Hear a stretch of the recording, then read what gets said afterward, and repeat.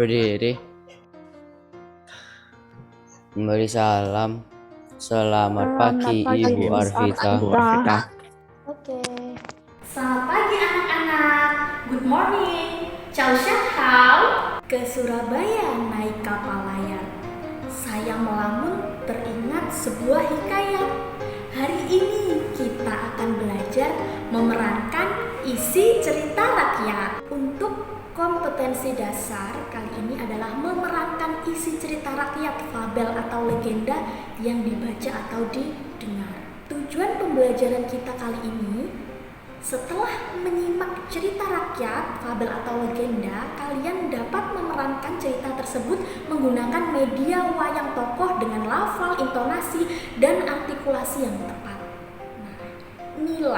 Nilai harapannya setelah pembelajaran ini kita dapat memiliki sifat tanggung jawab, kreatif, dan ikut serta menjaga kearifan lokal tentunya yang ada di Surabaya ini. Nah, kalau begitu menurut kalian apa sih manfaatnya kegiatan memerankan cerita rakyat? Oke, silakan. Bagus. Melatih keterampilan berbicara atau bercerita. Oke, Kennard, menambah wawasan dan literasi. Bagus. Oke, mendapatkan amanat atau nilai moral dalam cerita. Bagus. Nah, tentunya, terima kasih Jaden, menjaga kearifan lokal. Oke, betul sekali anak-anak, kalian luar biasa. Kemudian, apakah kalian masih ingat cerita rakyat itu seperti apa? Oke, bagus. Contohnya apa saja? Benar sekali Antoni. Strukturnya apa saja yang kalian ingat? Oke, bagus sekali, kalian masih ingat ternyata. Nah, sekarang langsung saja ketika kita ingin memerankan sebuah cerita, hal apa saja yang perlu kita pahami dan siapkan kira-kira? Oke, mengetahui langkah-langkah, kemudian teknik bercerita. Oke, terima kasih. Nah, mari kita simak media pembelajaran kita tentang langkah-langkah dan teknik bercerita. Oke, silahkan disimak.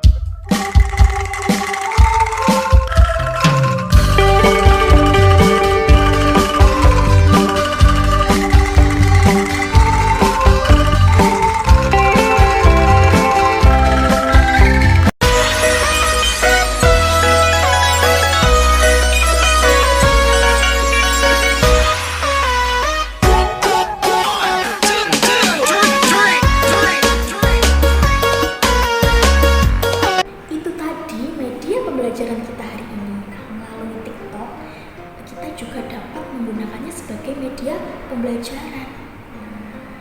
Kemudian apa saja langkah-langkah memahami bercerita tadi? Inti dari cerita kita rumuskan melalui orientasi. Nah, kita catat apa? Gambaran tokoh utama dalam cerita tersebut seperti apa. Kemudian komplikasi, permasalahan apa saja yang mulai muncul hingga puncak permasalahannya itu ada apa saja, sehingga nanti kalian dapat maksimal dalam menyampaikan atau memerankan cerita tersebut. Nah, ada resolusi, penyelesaiannya seperti apa sih? Nah, kemudian ada moda. Selanjutnya adalah teknik bercerita. Volume itu adalah keras maupun pelannya suara.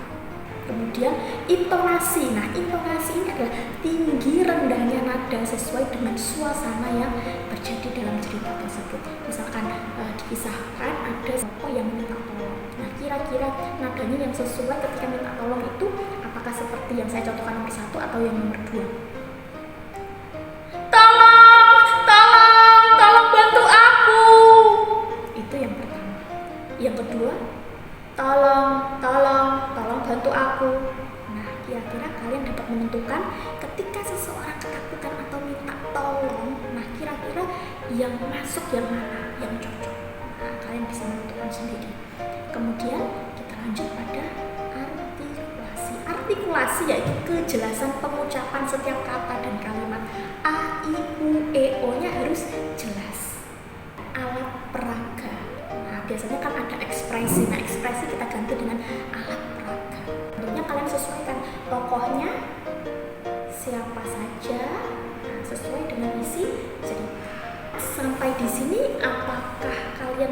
pertanyaan?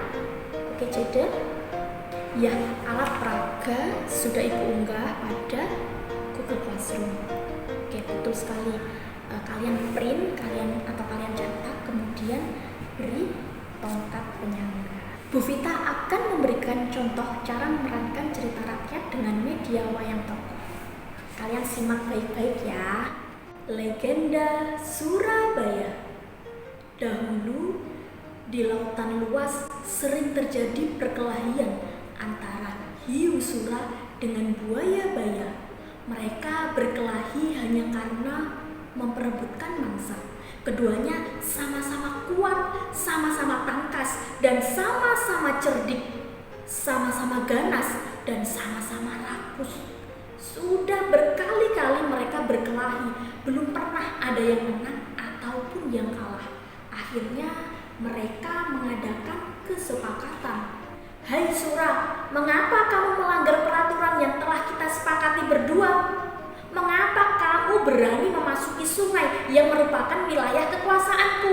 Tanya Baya. Sura yang merasa tak bersalah tenang-tenang saja. Aku melanggar kesepakatan. Bukankah sungai ini berair? Bukankah aku sudah bilang bahwa aku adalah penguasa di air? Nah, sungai ini kan ada airnya, jadi juga termasuk daerah kekuasaanku, kata Sura. Karena tidak ada yang mau mengalah, maka pertempuran sengit antara ikan hiu Sura dan buaya baya pun terjadi lagi. Pertarungan antara ikan hiu yang bernama Sura dan buaya yang bernama Baya ini sangat berkesan di hati masyarakat Surabaya. Oleh karena itu, nama Surabaya selalu dikaitkan dengan peristiwa ini. Dari peristiwa inilah kemudian dibuat lambang kota Surabaya, yaitu gambar ikan hiu Sura dan buaya baya. Itu tadi contoh dari Bu Vita. Sekarang giliran kalian untuk berlatih kemudian memerankan cerita rakyat atau legenda Surabaya.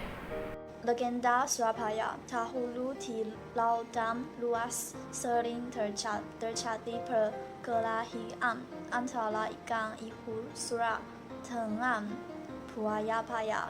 Mereka berkelahi hanya karena berebut mangsa. Keduanya sama-sama kuat, sama-sama tangkas, sama-sama cerdik, sama-sama ganas, dan sama-sama rakus. Sudah berkali-kali mereka berkelahi, belum pernah ada yang menang ataupun yang kalah. Akhirnya mereka mengadakan kesepakatan. Hai Sura, mengapa kamu melanggar peraturan yang telah kita sepakati berdua? Mengapa kamu berani memasuki sungai yang merupakan wilayah kekuasaanku? Tanya Baya. Sura yang merasa tak bersalah. Tenang-tenang saja. Aku melanggar kesepakatan. Bukankah sungai ini bahaya? Bukankah aku sudah bilang bahwa aku adalah penguasa di air? Nah, sungai ini kan ada airnya. Jadi, juga termasuk daerah kekuasaanku, kata Sura. Karena tidak ada yang mau mengalah, maka pertempuran sengit antara ikan hiu Sura dan buaya baya terjadi lagi. Pertarungan antara ikan hiu yang bernama Sura dengan buaya bernama Baya ini sangat berkesan di hati masyarakat Surabaya. Oleh karena itu, nama Surabaya selalu dikait-kaitkan dengan peristiwa ini. Dari peristiwa inilah kemudian dibuat lambang kota Surabaya, yaitu gambar ikan hiu Sura dengan buaya baya. Terima kasih. Oke, bagus sekali. Terima kasih anak-anak, kalian anak-anak yang hebat, luar biasa. Sebelum kegiatan pembelajaran kita akhiri, Ibu ingin bertanya kepada kalian, apa sih kira-kira manfaat bercerita itu menurut kalian? Bagus, oke. Melatih keterampilan berbicara atau bercerita. Kemudian, bagus Antoni, menambah wawasan dalam berliterasi. Memperoleh amanat, oke Jaden, atau nilai moral dalam cerita. Kemudian, Oh, terima kasih Clayton. Menjaga kearifan lokal terutama di kota Surabaya tercinta ini. Untuk kegiatan pertemuan selanjutnya masih tetap sama, kita melanjutkan kegiatan bercerita ini. Mencuci pakaian sampai bersih. Cukup sekian dan terima kasih. Kegiatan pembelajaran kali ini marilah kita tutup dengan menyanyikan lagu daerah dari kota Surabaya ini, yaitu Rek Ayo Rek.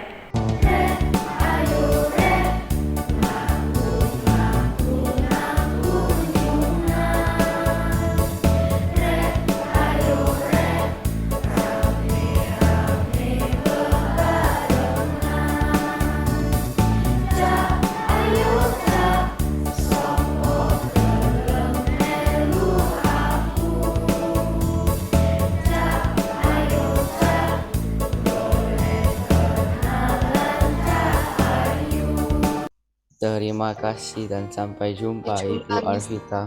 Terima kasih. Sampai jumpa.